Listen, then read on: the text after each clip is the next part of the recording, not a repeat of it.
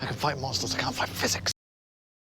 Hello, Master. So this is from paper 1, 2019, AS paper. So this question is about an experiment to obtain current voltage data for a resistor R. Figure 3 shows a plot of current voltage data for R. Okay, so what's the first question? So no, this is not a straight line. So you might think, oh, why is it not a straight line? It looks like a straight line. If they've given you that many points, clearly it's probably a curve because you need more points for a curve than you do for a straight line. But let's have a look anyway. Now, because it says resistor, it didn't say fixed resistor. Okay, and a bulb is a bulb is technically a resistor. In fact, anything you put in a circuit is a resistor. So let's have a look what it's asking you.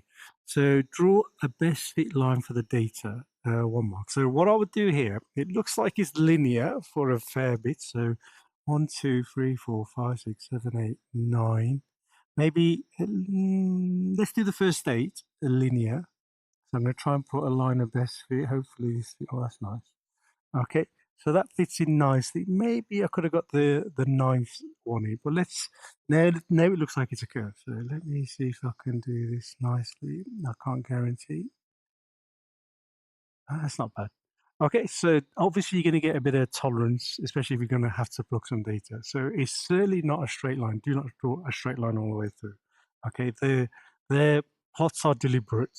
Okay, so they're not making a mistake with those, or very unlikely that they do. So identify the data point with the greatest value of current and voltage at which are obeys Ohm's law. So draw a circle around this point. So I mean, I drew a straight line up to 8. 1, 2, 3, 4, 5, 6, 7, 8. I could probably argue there it is, the ninth one maybe.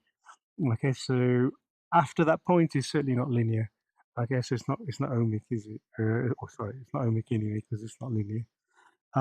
Okay, so then now what's the next bit? So when R obeys Ohm's law, it has a resistance of 22 ohms.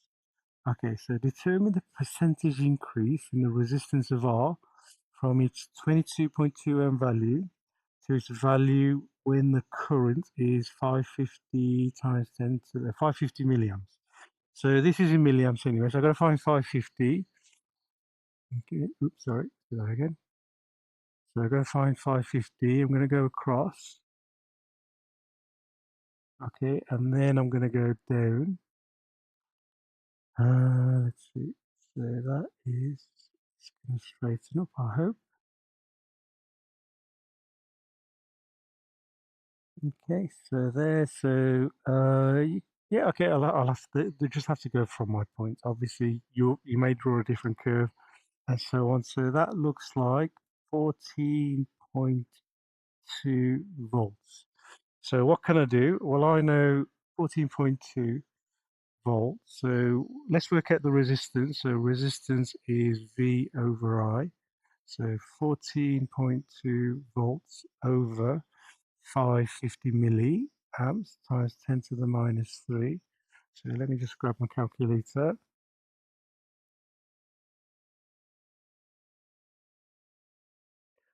So I get 26.4 ohms. So then it says determine the percentage increase. So you just do 26.4 minus the original over 22.2, the original itself, then just times that by 100.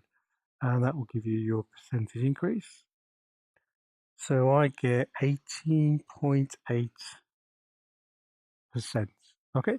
So the only sort of, I don't know what you're stumbling with here. Maybe it's just the clarity on whether it's a curve or a straight line. Okay.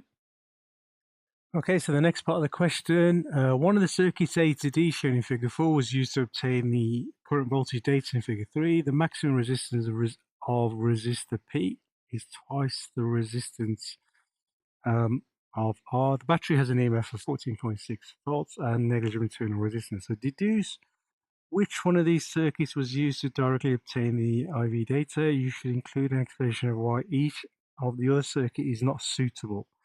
Okay, so let's start off with A. So you need to work out the IV data for R.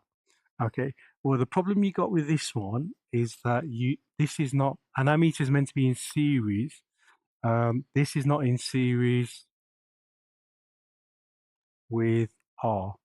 Okay, so the problem here is it's not working at the current going through the resistor. In fact, it looks like a parallel bit, so it's actually the total current before it splits. Let's look at B. Well, what can we say about B? Now, as an electron, if you think about it, you have to go through P before you get to R. You got no choice. So the fact that you have to go through P, and P is in series with R, the problem there is P will never have a resistance of 0 ohms. So therefore, there will always be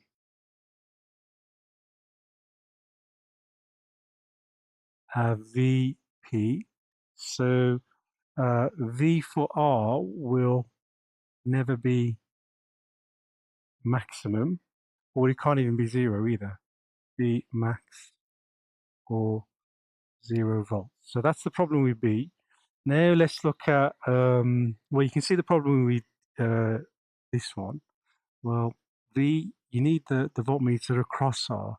So V is not across or not parallel to R. Okay, so that's a problem. So you're not actually measuring the voltage across the resistor. So that must mean the only one that's is correct is D, because V is across R and A is in series with it. Okay.